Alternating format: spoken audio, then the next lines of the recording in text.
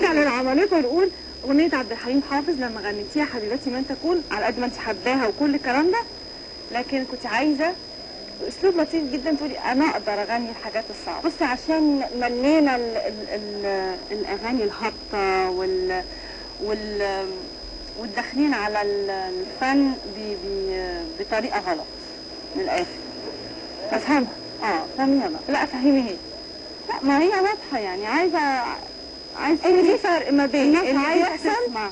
ايوه انت باختصار ان في فرق ما بين الاصوات اللي بتطلع مجرد بتطلع بترقص، وفي الاصوات الناس اللي بقالهم عندهم فتره بيغنوا ودخلوا مجال الغنى من خلال امتحانات ومسابقات لا مش قصدي كده خالص. انا قصدي مرينا في 3 سنين الفن بجد نزل جدا.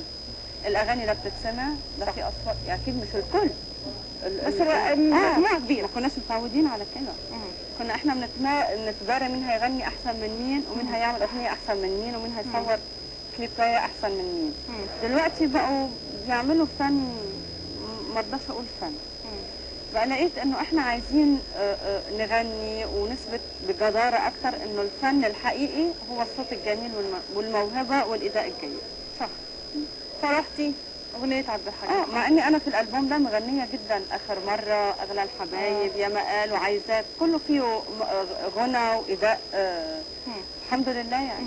تبقى اغلى الحبايب مهما تبعد يا غايب، انت كل الهوى من قلبك بنسى حبك، حبيبي كتير بحبك، لازم نرجع سوا.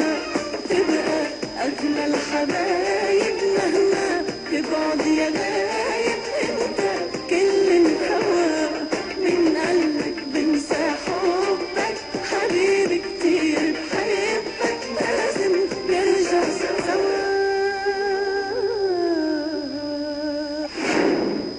انت من الفنانات اللي عودتي المشاهد بتاعك والمستمع بتاعك على حاجتين، ان هي هتبقى جميله وليها حاجه في الودن كده بتزن كده واللوك.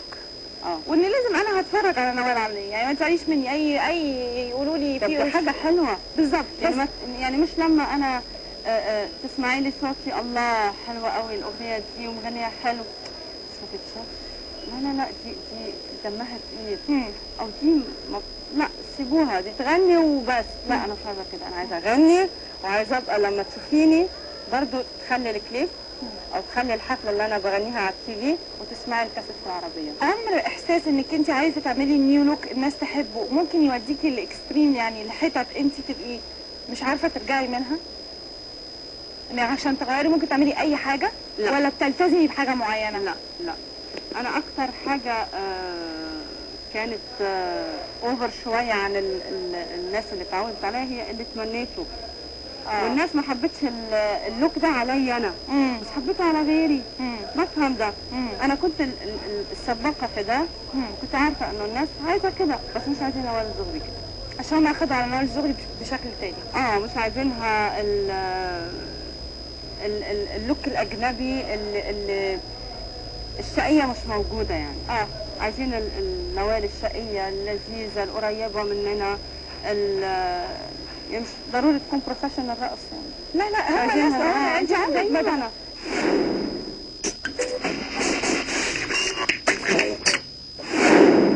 النبي يا نوال، النبي يا نوال. مدام نوال ممكن تشاوري عليا؟ هي حباني قوي جدا، بتصور فيا زي ما انت من النوال. انزل يا اسلام بقى امشي. لكن اوفر يلا طب يلا كلنا انت سعيدة تاني يا جماعة. انا مش عايز اعبر عن احساسي ومدى سعادتي. لا بس بجد والله العظيم هنا ورايح مش هسمع غير مدام نوال يا جماعة. والله من انا يعني يا ويلك. لا طب بص تيجي ازعلي لي سماعات. سمعت حد غير مدام نوال؟ لا انا عايز اسمع. ومالينا الدنيا ورم هيعيدوا